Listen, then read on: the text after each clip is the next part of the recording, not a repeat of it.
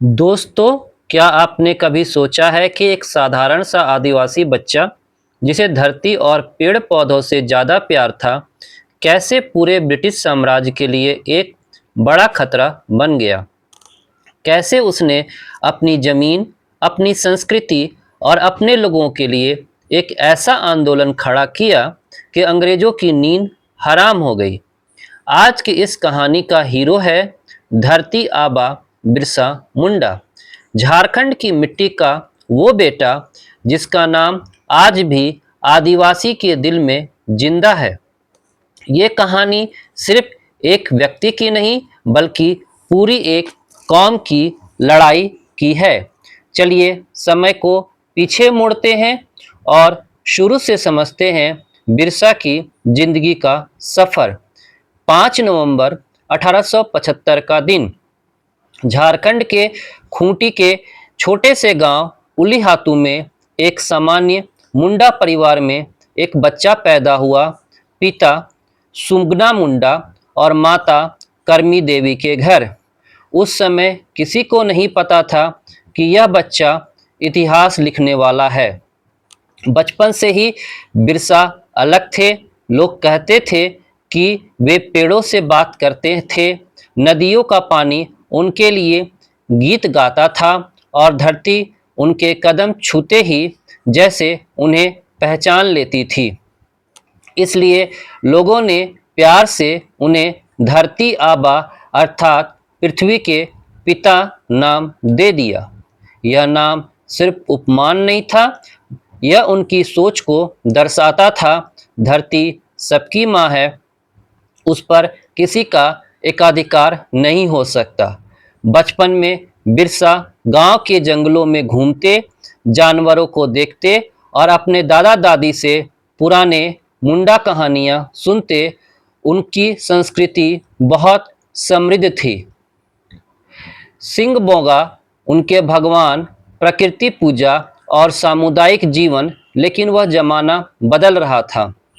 British राज अपनी ताकत झोंक रहा था। जब बिरसा थोड़े बड़े हुए तो ईसाई मिशनरियों ने उन्हें स्कूल में दाखिल करवाया। चाईबासा मिशन स्कूल में उन्होंने पढ़ाई की। यहाँ उन्होंने अंग्रेजी, हिंदी और बाइबिल की पढ़ाई की। वे बहुत तेज थे, टीचर प्रभावित थे।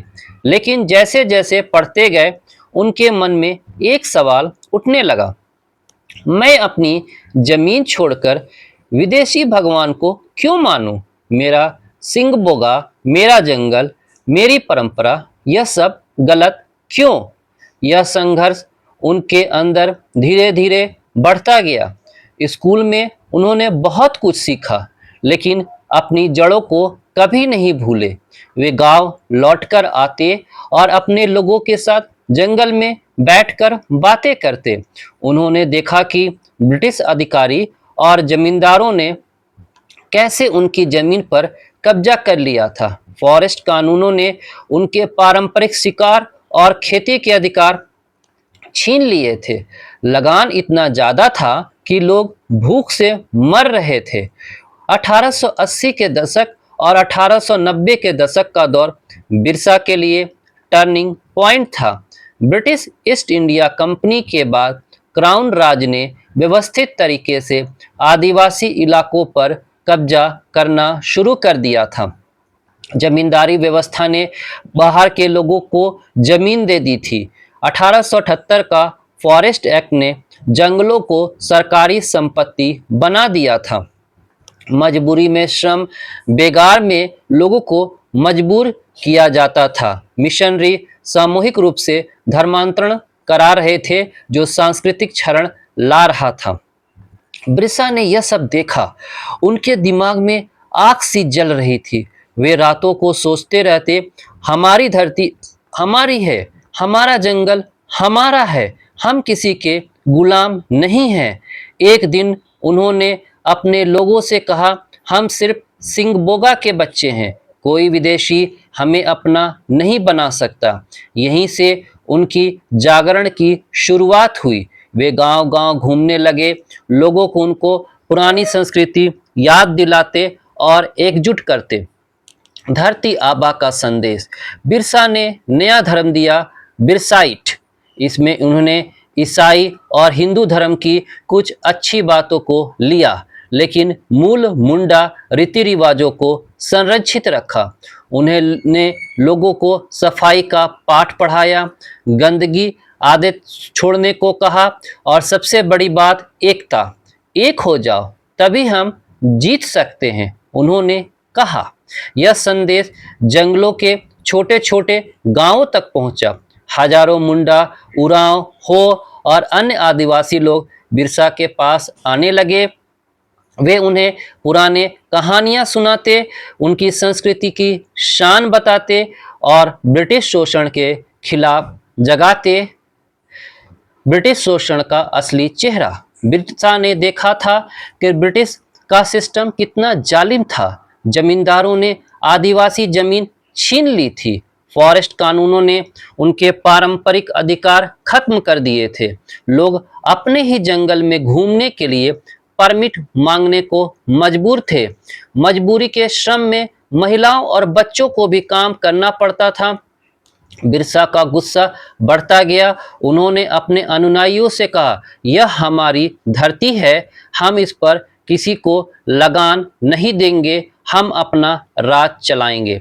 अबुआ राज। ये दो शब्द, अबुआ राज, हमारा अपना राज, क्रांति का सबसे बड़ा मंत्र बन गए। लोग इसके नारे लगाते और इकट्ठा होते। जागरण की आग। बिरसा की यह जागरण सिर्फ शुरुआत थी। आगे आने वाला था उलगुलान, वो आंदोलन जो ब्रिटिश साम्राज्य की नींव हिलाकर रख देगा। धरती आबा अब सिर्फ एक बच्चा नहीं रहे थे, वे बन चुके थे एक नेता, एक मसीहा और एक क्रांतिकारी। दोस्तों, सोचिए, जब पूरा ब्रिटिश साम्राज्य अपनी ताकत के जोर पर दुनिया को गुलाम बना रहा था, तब झारखंड के जंगलों में एक आवाज गूंजी, अबुआ राज, अबुआ राज। ये आवाज थी धरती आबा बिरसा मुंडा की, एक ऐसी आवाज जो अंग्रेजों की नींद उड़ा देने वाली थी। 1895 से शुरू हुई ये कहानी सिर्फ एक धर्म नहीं, बल्कि एक क्रांति थी, उलगुलान, महान विद्रोह। आज हम देखेंगे कि कैसे एक युवा नेता ने हजारों आदिवासियों को इकट्ठा किया, अपनी जमीन के लिए लड़ाई लड़ी और ब्रिटिश राज को सबसे बड़ी चुनौती दिया। ये कहानी है एकता की, बलिदान की और आज़ादी की प्यास की। चलिए उलगुलान के इस हिस्से में घुसते हैं जहां इतिहास ने नई करवट ली। 1895 बिरसाइट धर्म का जन्म, संस्कृति की क्रांति। 1895 का साल। बिरसा मुंडा अब सिर्फ एक जवान नहीं रहे थे, वे एक दूरदर्शी बन चुके थे। उन्होंने एक नया मार्ग दिखाया, बिरसाइट। ये कोई साधारण धर्म नहीं था, ये एक आंदोलन था।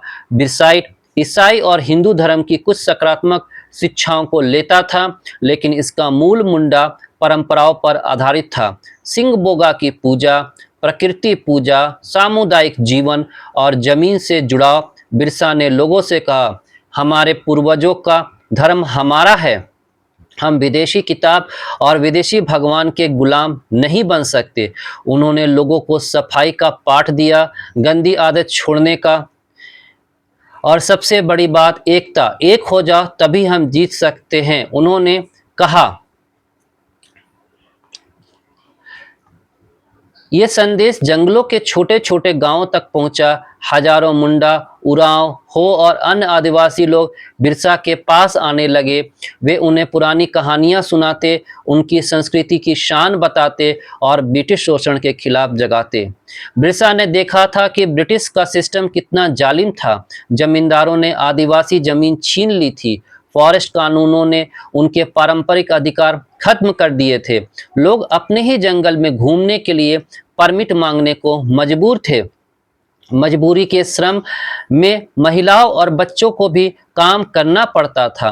बिरसा का गुस्सा बढ़ता गया। उन्होंने अपने अनुयायियों से कहा, ये हमारी धरती है, हम इस पर किसी का लगान नहीं लगने देंगे, हम अपना राज चलाएंगे। अबुआ राज। ये दो शब्द, अबुआ राज, हमारा अपना राज, क्रांति का सबसे बड़ा मंत्र बन गए। लोग इसके नारे लगाते और इकट्ठा होते। 1899 से 1900 उल गुलान का आगाज हजारों उठे। दिसंबर 1899 उल गुलान शुरू हुआ। बिरसा के नेतृत्व में हजारों आदिवासियों ने हथियार उठा लिए। तीर, कमान, बल्लम और जो भी हाथ लगा, ये कोई साधारण विद्रोह नहीं था, ये गुरिल्ला युद्ध का क्लासिक उदाहरण था। बिरसा ने अपने लोगों को जंगल की रणनीति सिखाई, छुपकर हमला, तेज हमला और फिर जंगल में गायब हो जाना। उन्होंने ब्रिटिश पुलिस स्टेशनों, कोर्टों और जमींदारों के घर पर समन्वित हमले किए। खूंटी, रांची, शिवभूम, कई इलाकों में आग से लपटी ब्रिटिश अधिकारी स्तब्ध थे। उन्होंने सोचा था कि आदिवासी लोग कभी इतना संगठित नहीं हो सकते। मुख्य लड़ाइयाँ और वीरतापूर्ण क्षण। खूंटी और आसपास के क्षेत्रों में सबसे बड़ा हमला हुआ। आदिवासियों ने पुलिस थानों पर कब्जा करने की कोशिश की। सैल रकाब और अन्य जगहों पर गुरिल्ला फाइट हुई, जहां छोटी छोटी टीमें बड़ी ब्रिटिश फोर्स को परेशान करती रही। लोग रात के अंधेरे में हमला करते और सुबह तक जंगलों में छुपे रहते। बिरसा खुद मैदान में थे। वे अपने अनुयायियों के साथ लड़ते, उनका हौसला बढ़ाते। उनका करिश्मा इतना जबरदस्त था कि लोग उनके लिए जान देने को तैयार थे। अबुआ राज का सपना। बिरसा का विजन बहुत साफ था। उन्होंने सपना देखा था कि एक ऐसा राज जहां आदिवासी अपनी जमीन के मालिक होंगे, जंगल उनके होंगे, कोई बाहरी शक्ति उन पर राज नहीं कर सकेगी, संस्कृति और परंपरा जिंदा रहेगी। ये सपना सिर्फ झारखंड तक सीमित नहीं था, ये पूरे भारत के शोषित लोगों के लिए उम्मीद की किरण था। लोगों की बड़ी बड़ी टोलियां और एकता की मिसाल। उल गुलान के दौरान हजारों लोग एक हो गए थे। महिलाओं ने भी भूमिका निभाई, खबर पहुंचाने में, राशन व्यवस्था में। बच्चों भी छोटे छोटे काम करते। यह सच में एक कौमी लड़ाई थी। ब्रिटिश ने इस विद्रोह को कुचलने के लिए बड़ी फोर्स भेजी, आर्मी, पुलिस और लोकल मुखबिर, लेकिन जंगल बिरसा के साथ था। जंगल ने उन्हें छुपाया, रास्ता दिखाया। उल गुलान की आग और ब्रिटिश दहशत। 1899 से 1900 का यह दौर बिरसा के जीवन का सबसे महत्वपूर्ण समय था। उन्होंने न सिर्फ हथियार उठाए, बल्कि लोगों के मन में आज़ादी की चिंगारी जला दी। अंग्रेजों को पहली बार एहसास हुआ कि छोटे छोटे गांव के जंगली लोग भी संगठित होकर बड़े साम्राज्य और चुनौती दे सकते हैं। बिरसा का संदेश हर जगह फैल रहा था, हम गुलाम नहीं हैं, हम धरती के पुत्र हैं, अबुआ राज हमारा हक है। लेकिन यह लड़ाई आसान नहीं थी। बहुत से वीर शहीद हुए। बिरसा को पकड़ने के लिए ब्रिटिश ने इनाम रखा, फिर भी बिरसा लड़ते रहे। दोस्तों, उल गुलान सिर्फ शुरुआत थी। अगले हिस्से में दोस्तों, जब हजारों आदिवासी अबुआ राज के नारे लगाते हुए जंगलों से निकल पड़े तो ब्रिटिश साम्राज्य कांप उठा। लेकिन क्या आप जानते हैं कि इस महान विद्रोह में कितनी वीरता, कितनी चालाकी और कितना बलिदान था? चलिए अब देखते हैं उल गुलान के गर्मागर्म क्षणों को। 1899 से 1900 उल गुलान की चरम सीमा। लड़ाइयों का सिलसिला दिसंबर 1899 से शुरू होकर जनवरी 1900 तक उल गुलान अपने चरम पर पहुंच चुक गया था। बिरसा मुंडा के नेतृत्व में आदिवासियों ने ब्रिटिश के खिलाफ एक ऐसा युद्ध छेड़ा जो गुरिल्ला युद्ध की क्लासिक मिसाल बन गया। वे खुले मैदान में नहीं, बल्कि जंगलों की छिपी हुई ताकत बनकर लड़े। खूंटी क्षेत्र में पहला हमला। खूंटी और आसपास के इलाकों में बिरसा के अनुयायियों ने पुलिस थानों पर हमला बोल दिया। उन्होंने सरकारी दफ्तरों, जमींदारों के घरों और मिशनरी केंद्रों को निशाना बनाया। इन हमलों में उन्होंने ब्रिटिश हथियार भी छीने और अपनी ताकत बढ़ाई। लोग तीर कमान, बल्लम और कुल्हाड़ियों से लड़े, लेकिन उनकी एकता और जज्बा अद्भुत था। सैल रकाब और अन्य महत्वपूर्ण लड़ाइयाँ। सैल रकाब की लड़ाई उल गुलान की सबसे यादगार लड़ाइयों में से एक थी। यह बिरसा के योद्धाओं ने ब्रिटिश फोर्स को घेर लिया। जंगल की घाटियां और घने पेड़ों का फायदा उठाते हुए उन्होंने छुप छुप कर हमले किए। ब्रिटिश सैनिक भारी नुकसान उठाते रहे, लेकिन आदिवासी योद्धा जंगल में गायब हो जाते थे। इसी तरह सिंहभूम, रांची और अन्य इलाकों में छोटे छोटे लेकिन प्रभावी हमले होते रहे। बिरसा ने अपने लोगों को सिखाया था, हमारी ताकत संख्या में नहीं बल्कि रणनीति में है। जंगल हमारा दोस्त है। बिरसा का व्यक्तिगत नेतृत्व। बिरसा खुद कई लड़ाइयों में आगे आगे रहते। वे अपने अनुयायियों को प्रोत्साहित करते, घायलों की देखभाल करते और नई रणनीति बनाते। उनका करिश्मा ऐसा था कि लोग बिना हिचकिचाहट के उनके आदेशों का पालन करते। महिलाएं भी पीछे नहीं रहीं। वे खबर पहुंचाती, रसद का इंतजाम करती और कभी कभी लड़ाइयों में भी हिस्सा लेती। ब्रिटिश की दहशत और जवाबी कार्रवाई। जब उलगुलान फैलने लगा तो ब्रिटिश सरकार घबरा गई। उन्होंने बड़ी फौजें भेजी, पुलिस को अतिरिक्त अधिकार दिए और लोकल मुखबिरों की मदद ली। उन्होंने इनाम घोषित किए, जो बिरसा को पकड़वा देगा बड़ा इनाम मिलेगा। लेकिन बिरसा जंगलों में छुपे रहे और लगातार हमले जारी रखे। 1900 की शुरुआत, निर्णायक क्षण। जनवरी 1900 में ब्रिटिश ने बड़े पैमाने पर अभियान चलाया। उन्होंने गांव-गांव छान मारा। कई योद्धा शहीद हुए, कई पकड़े गए। बिरसा भी अंततः गिरफ्तार हो गए, लेकिन उनकी गिरफ्तारी से पहले उन्होंने लोगों को अंतिम संदेश दिया, लड़ाई जारी रखो, अबुआ राज एक दिन जरूर आएगा। रांची जेल में कैद और शहादत। गिरफ्तारी के बाद बिरसा को रांची जेल में लाया गया। वहां उन्हें बेहद क्रूर यातनाएं झेली, लेकिन वह अपने संकल्प पर अडिग रहे। 9 जून 1900 को मात्र 25 वर्ष की आयु में बिरसा मुंडा की संदिग्ध परिस्थितियों में मृत्यु हो गई। ब्रिटिश दस्तावेजों में कहा गया कि वे बीमारी से मरे, लेकिन इतिहासकार मानते हैं कि यह हत्या थी। शहादत का असर। बिरसा की शहादत ने उलगुलान को और तेज कर दिया। उनके अनुयायी और भी उग्र हो गए। ब्रिटिश को मजबूरन कुछ कानून वापस लेने पड़े, लगान में छूट दी गई और आदिवासी अधिकारों पर थोड़ी नरमी बरती गई। हालांकि पूर्ण आज़ादी नहीं मिली, लेकिन बिरसा की लड़ाई ने बीज बो दिए थे, जो बाद में झारखंड राज्य के निर्माण तक चले गए। बिरसा की महानता के अनछुए पल। बिरसा सिर्फ योद्धा नहीं थे, वे एक दूरदर्शी विचारक भी थे। उन्होंने शिक्षा, सफाई और महिलाओं के अधिकार और दिया। उन्होंने लोगों को बताया कि असली आज़ादी सिर्फ अंग्रेजों से लड़ने में नहीं बल्कि अपनी संस्कृति को बचाने और एकजुट रहने में। उनकी कहानी बताती है, कोई भी व्यक्ति चाहे वह कितना भी साधारण हो, अगर उसके अंदर सच्ची देशभक्ति और न्याय की प्यास हो तो वह इतिहास बदल सकता है। धरती आबा बिरसा मुंडा की शहादत के बाद भी उनकी आत्मा जिंदा रही। आज भी जब झारखंड की मिट्टी में कोई आदिवासी लड़ता है तो बिरसा की याद ताजा हो जाती है। दोस्तों, जब कोई योद्धा शहीद होता है तो उसकी लड़ाई खत्म नहीं होती,